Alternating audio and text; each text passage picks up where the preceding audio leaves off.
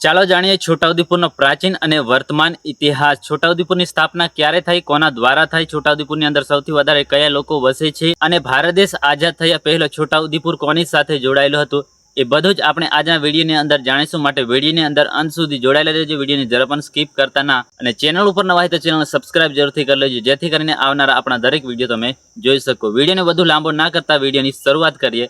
તો પહેલા તો છે ને દોસ્તો, આપણે જાણીશું છોટાઉદેપુરની સ્થાપના ક્યારે થઈ અને કોના દ્વારા થઈ। તો છોટાઉદેપુરની સ્થાપના 1743માં ચાંપાનેરના પતાઈ રાવલના વંશજ રાવલ ઉદયસિંહ દ્વારા સ્થાપના કરવામાં આવી હતી। ભારત દેશ આઝાદ થયા પહેલા છોટાઉદેપુર રેવા કાંઠાના એજન્સી વર્ગ સાથે જોડાયેલું હતું, જે 10 માર્ચ 1948ના રોજ ભારત દેશ આઝાદ થતા પછી એ સ્વતંત્ર ભારત સાથે જોડાઈ ગયું હતું। પ્રાચીન સમયથી છોટાઉદેપુરના મૂળ વતની એટલે કે આદિવાસીઓ અને તેમની સંસ્કૃતિના કારણે તે દેશ વિદેશમાં જાણીતું હતું, અને એમાંય પાછા રાઠવા સમાજની પિઠોરા પેઇન્ટિંગ જે વિદેશની અંદર પણ ખ્યાતિ પામેલ છે। છોટાઉદેપુરનો પૂર્વ વિસ્તાર જે મધ્યપ્રદેશ સાથે જોડાયેલો છે।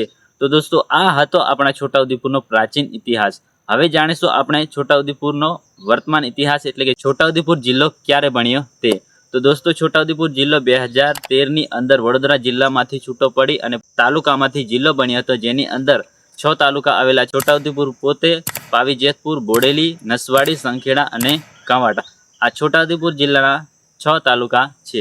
અને ગામડાની વાત કરીએ તો દોસ્તો, છોટાઉદેપુર જિલ્લાના કુલ લગભગ 893 ગામડા છે। અને જનસંખ્યાની વાત કરીએ તો દોસ્તો, 2011ની વસ્તી ગણતરી મુજબ છોટાઉદેપુરની કુલ વસ્તી 10,71,831 છે, જે 2026માં વધીને લગભગ 11 લાખને ક્રોસ થઈ ગઈ હશે। તો હવે વાત કરીએ દોસ્તો, આપણે છોટાઉદેપુરના ટોપ લેવલના હોદ્દા પર બેસેલા વ્યક્તિની કે અત્યારે કોણ કોણ છે તે। તો પહેલા તો છે ને દોસ્તો, આપણે છોટાઉદેપુર જિલ્લાના કલેક્ટરની વાત કરીએ, જે વર્તમાનની અંદર છે તે। તો દોસ્તો, વર્તમાનની અંદર આપણા છોટાઉદેપુરના કલેક્ટર છે SMT ગાર્ગી જૈન, જે દોસ્તો સ્વભાવે બહુ જ શાંત છે, અને આવનારા દરેક પણ જે આપણે આવેદનપત્ર આપવા જતા હોય છે, તો એ છે ને આપણે શું કહેવાય, જેટલું ભણે ને એ પોતાનાથી જેટલું ભણે એટલા એ પ્રશ્નોને નિરાકરણ કરવાની કોશિશ કરે છે। અને શું કહેવાય, આપણે છોટાઉદેપુર જિલ્લાની અંદર જેવા કલેક્ટર જોઈએ ને દોસ્તો, એવા એમ છે પરફેક્ટ છે, બધી પ્રજાનો હિતના કાર્યો કરે છે। તો મારા મતે તો છે ને દોસ્તો, આપણા છોટાઉદેપુર કલેક્ટર છે ને એ બેસ્ટ છે।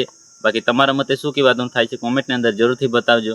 અને ધારાસભ્યની વાત કરીએ તો દોસ્તો, ધારાસભ્ય છે રાજેન્દ્રસિંહ મોહનસિંહ રાઠવા, અને સાંસદની વાત કરીએ તો જસુભાઈ રાઠવા છે। તો દોસ્તો, આ હતો આપણો છોટાઉદેપુરનો પ્રાચીન અને વર્તમાન ઇતિહાસ। વિડીયો તમને કેવો લાગ્યો, સારો લાગ્યો હોય તો લાઈક જરૂરથી કરી દેજો, ચેનલ ઉપર નવા હોય તો ચેનલ સબસ્ક્રાઇબ જરૂરથી કરી દેજો, અને બેલ આઇકન કો દબાવી ઓલ ઉપર પ્રેસ જરૂરથી કરી દેજો, જેથી કરીને આપણા આવનારા દરેક વિડીયો તમે જોઈ શકો। તો મળીશું પાછા આવા જ વિડીયોની અંદર।